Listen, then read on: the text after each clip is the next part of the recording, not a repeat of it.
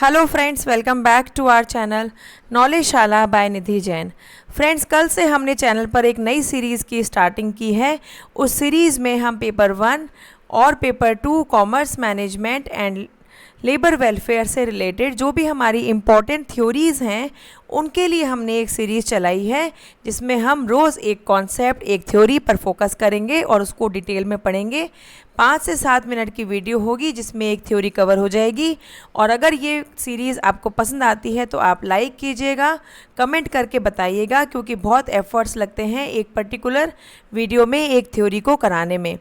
Knowledge Shala by Nidhi Jain के नाम से हमारा चैनल है। इस पर अगर आप पहली बार आए हैं तो प्लीज़ सब्सक्राइब कर लीजिए। और अगर ये सीरीज़ आपको पसंद आएगी, आप इसको देखेंगे, अपना प्यार, अपना सपोर्ट देंगे, तो मैं इस सीरीज़ को कंटिन्यू रखूँगी एग्ज़ाम तक। और अगर एग्ज़ाम तक ये सीरीज़ कंटिन्यू रहती है तो हम 50 से 70 वीडियोज़ कवर कर लेंगे पेपर 1 के भी, और 50 से 70 वीडियो कवर कर लेंगे पेपर 2 के, जिसमें से आपको यकीन मानिए फ्रेंड्स 50 क्वेश्चन कम से कम आपको वहाँ से मिल जाएंगे।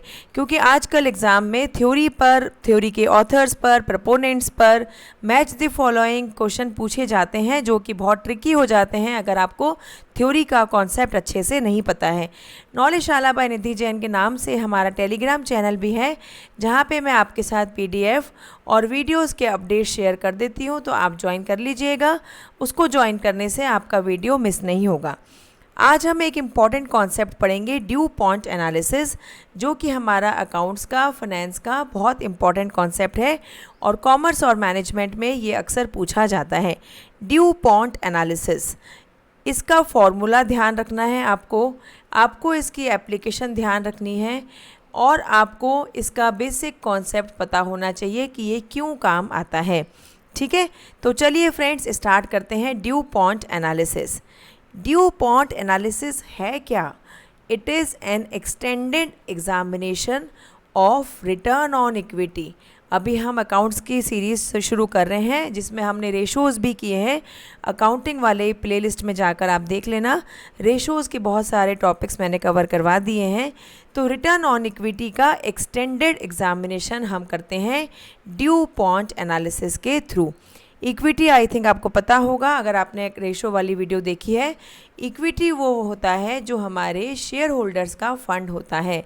ठीक है, तो उसके ऊपर हमें क्या रिटर्न मिल रहा है, उसका एक्सटेंडेड, एलैबोरेट, डिटेल्ड एग्जामिनेशन किया जाता है ड्यू पॉइंट एनालिसिस के through. It analysis net profit margin.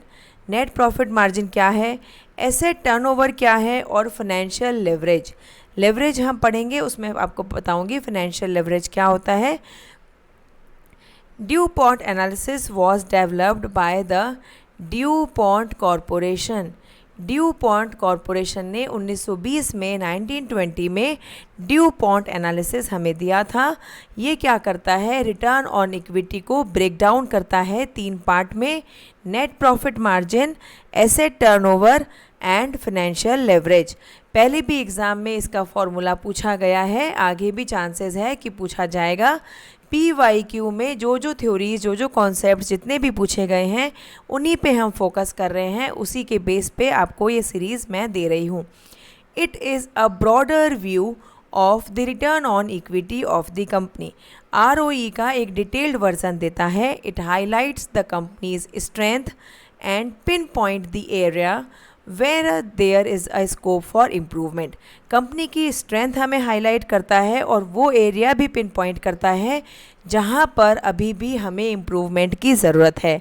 एक बार अगर मैनेजमेंट को वीक एरिया मिल जाता है तो मैनेजमेंट क्या करता है, उसको सही करने के लिए स्टेप्स ले सकता है।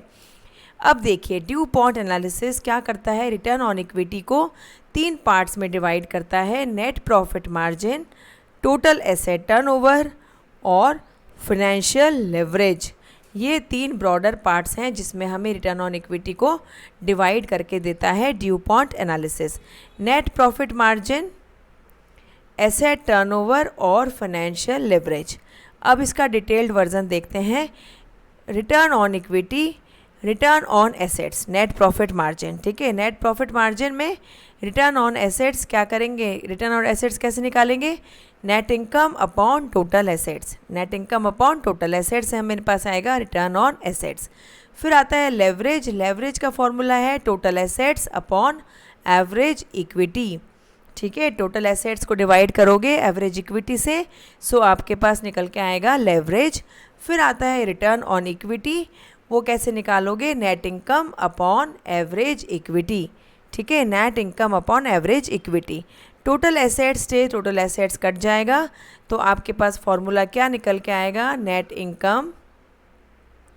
ठीक है, net income into net income upon average equity. ठीक है, ये फॉर्मूला आपके पास निकल कर आ जाएगा, net income upon average equity.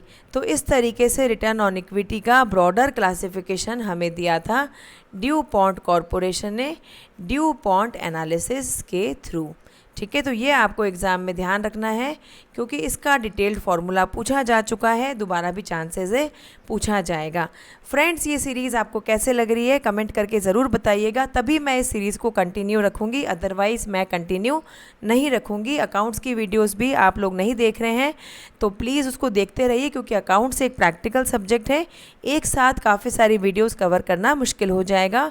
Almost 10 videos हम कवर कर चुके हैं।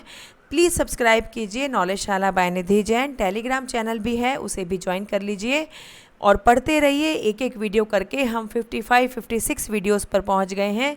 इसी तरीके से हम 1000 वीडियो पर भी पहुंच जाएंगे, अगर आपका सपोर्ट और सहयोग मिलता रहेगा।